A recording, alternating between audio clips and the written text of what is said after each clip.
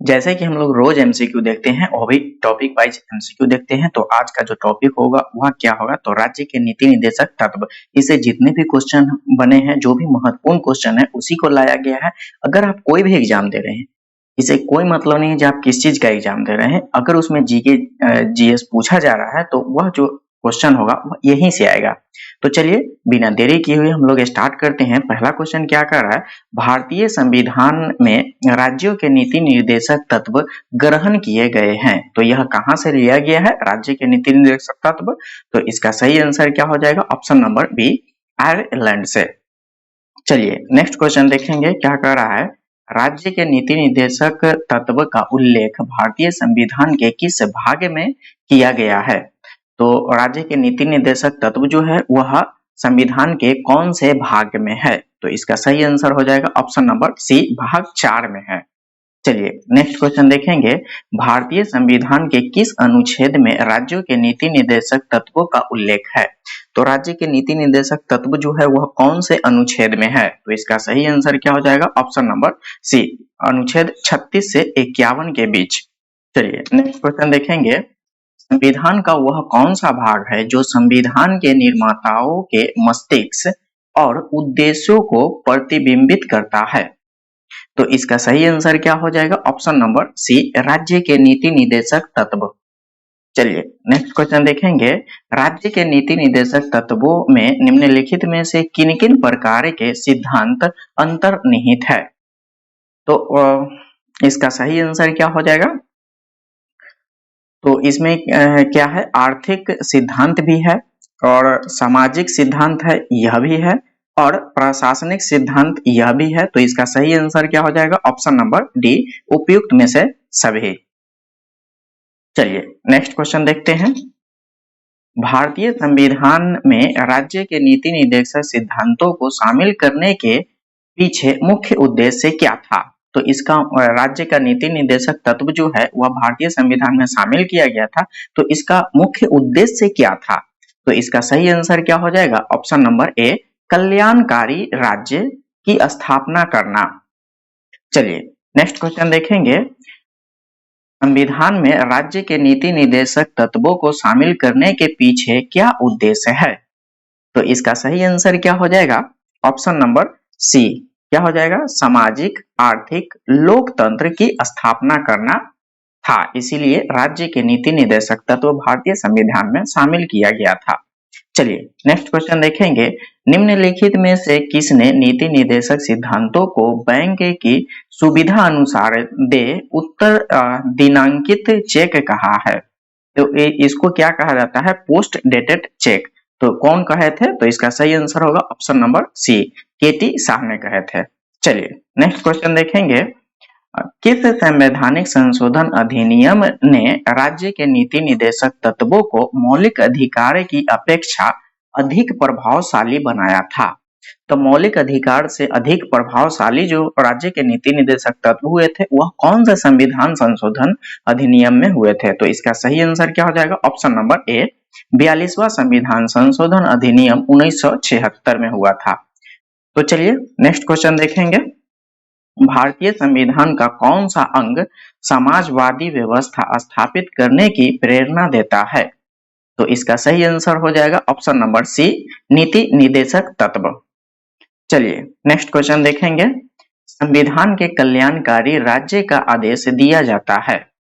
तो इसका सही आंसर क्या हो जाएगा, ऑप्शन नंबर सी, नीति निर्देशक तत्वों में दिया जाता है कल्याणकारी राज्य का आदेश।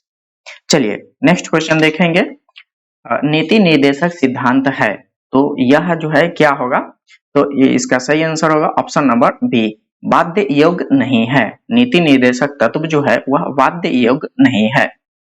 चलिए नेक्स्ट क्वेश्चन देखेंगे, नीति निर्देशक तत्वों की क्रियान्वयन निम्नलिखित में से किस पर निर्भर करता है।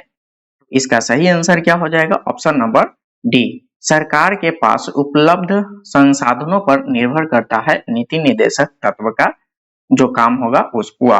चलिए नेक्स्ट क्वेश्चन देखेंगे, मूल अधिकार और राज्य के नीति निर्देशक तत्वों में क्या अंतर है।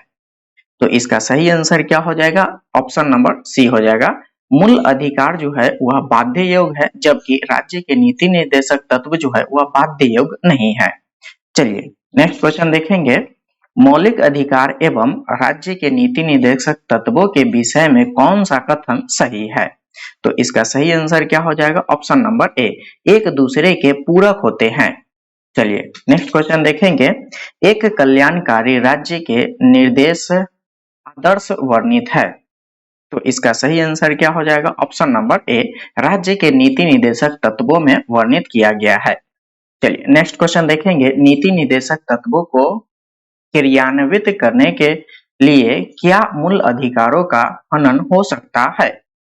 तो इसका सही आंसर क्या हो जाएगा? ऑप्शन नंबर बी, कुछ का हनन हो सकता है, सभी को नहीं, सभी का नहीं होगा, लेकिन कुछ जो है उसका हो जाता है। चलिए नेक्स्ट क्वेश्चन देखेंगे, भारत के संविधान में अंतर्राष्ट्रीय सुरक्षा को प्रोत्साहन देना सन्निहित है।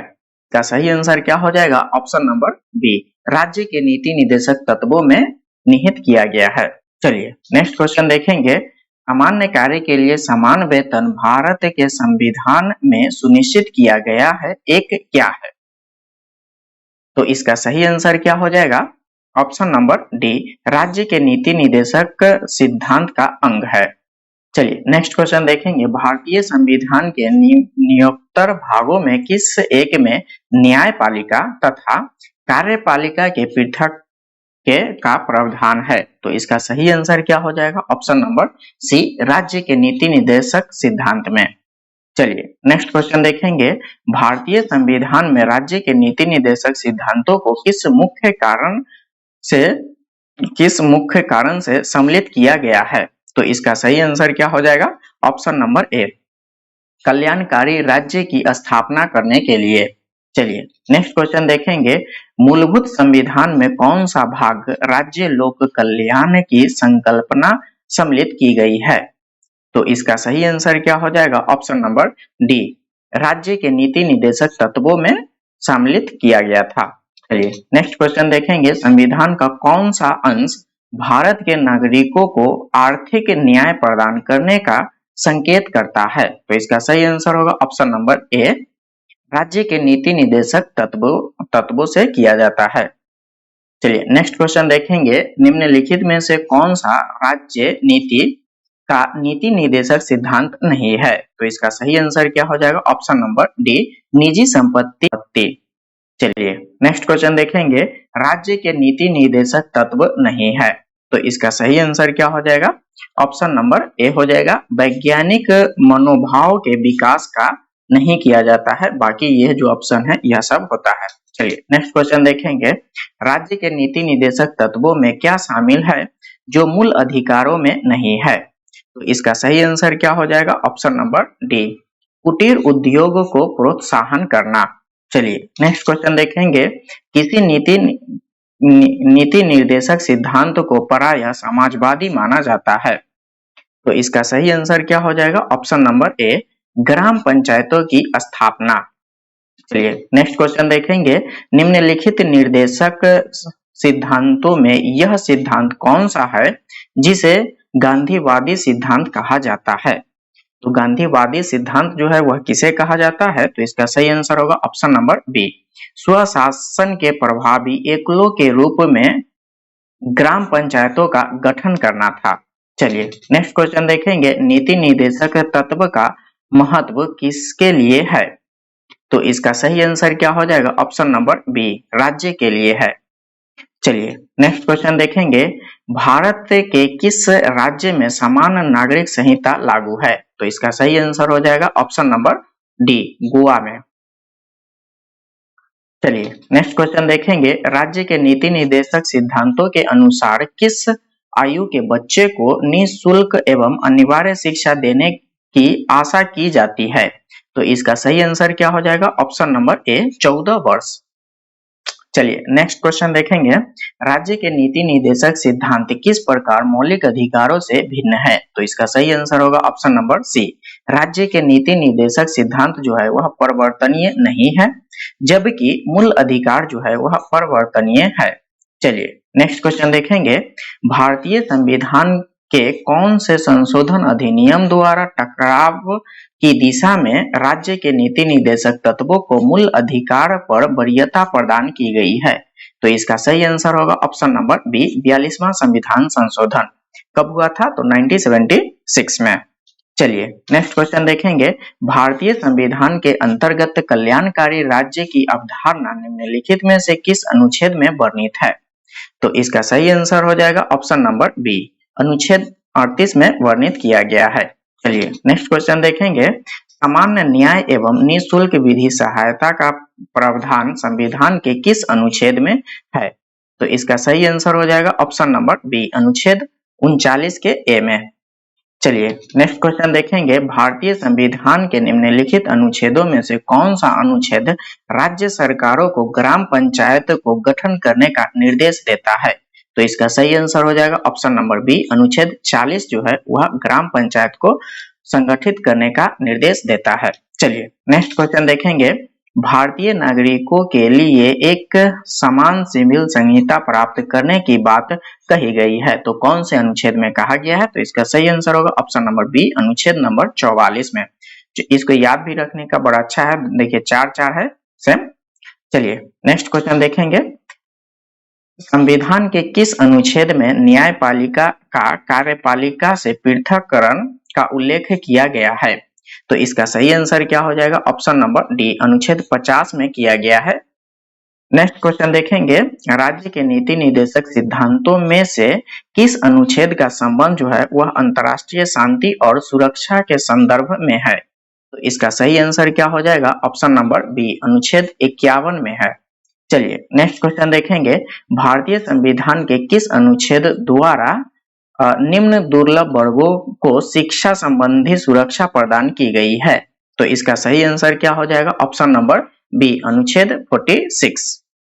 चलिए नेक्स्ट क्वेश्चन देखेंगे। काम करने के अधिकारों को राज्य के नीति निर्देशक तत्वों में निम्नलिखित में से किस अनुच्छेद के अंतर्गत रखा गया है? तो इसका सही आंसर क्या हो जाएगा? ऑप्शन नंबर सी, अनुच्छेद 41 में रखा गया है। चलिए नेक्स्ट क्वेश्चन देखेंगे। निम्नलिखित में से कौन सा एक राज्य के नीति निर्देशक तत्वों का उद्देश्य नहीं है? तो इसका सही आंसर क्या हो जाएगा? ऑप्शन नंबर डी, एक धार्मिक राज्य की स्थापना करना। चलिए नेक्स्ट क्वेश्चन देखेंगे। इनमें से कौन राज्य के नीति निर्देशक सिद्धांतों में सम्मिलित नहीं है? तो इसका सही आंसर हो जाएगा ऑप्शन नंबर डी, सूचना का अधिकार। चलिए नेक्स्ट क्वेश्चन देखेंगे। निम्नलिखित में से कौन सा एक संविधान के 42वें संविधान संशोधन द्वारा नीति निर्देशक तत्वों को नहीं जोड़ा गया है? तो इसका सही आंसर क्या हो जाएगा? ऑप्शन नंबर सी, सभी नागरिकों के लिए समान आचार संहिता को नहीं जोड़ा गया है। चलिए नेक्स्ट क्वेश्चन देखेंगे। भारत के कल्याणकारी राज्य होने का विचार पाया जाता है, तो यह कहाँ पे पाया जाता है? तो यह संविधान की प्रस्तावना में तथा नीति निर्देशक सिद्धांत में किया गया है। तो इसका सही आंसर क्या हो जाएगा? एक भी हो जाएगा और ए भी होगा, सी भी होगा। तो इसका सही आंसर होगा ऑप्शन नंबर डी, ए और सी दोनों में। चलिए नेक्स्ट क्वेश्चन देखेंगे। राज्य के नीति निर्देशक तत्व सहज अध्ययन के लिए निम्न में से कौन से भागों में विभाजित किए जा सकते हैं? तो इसका सही आंसर क्या हो जाएगा? ऑप्शन नंबर डी, उपयुक्त में से सभी। समाजवादी में भी किया जा सकता है, उदार बौद्धिकतावादी में भी किया जाता है और गांधीवादी में भी। चलिए नेक्स्ट क्वेश्चन देखेंगे। निम्नलिखित में से कौन सा एक भारत के संविधान में यथा प्रतिस्थापित राज्य के नीति निर्देशक तत्वों का भाग नहीं है? तो इसका सही आंसर क्या हो जाएगा? Option number C, personal law का संरक्षण। आज के लिए बस इतना ही। अगर आपके लिए वीडियो बहुत ही हेल्पफुल है और आपको अच्छा लग रहा है जो इस प्रकार के कंटेंट आपको चाहिए, तो आप क्या कीजिएगा, बस अपने दोस्तों के साथ शेयर कीजिए और चैनल को जल्दी से आप सब्सक्राइब कर लीजिए और बेल नोटिफिकेशन दबा लीजिए, ताकि इस प्रकार के जो भी मैं एमसीक्यू लेके आऊंगा वह सबसे पहले आप तक पहुंचेगा। तो चलिए आज के लिए बस इतना है।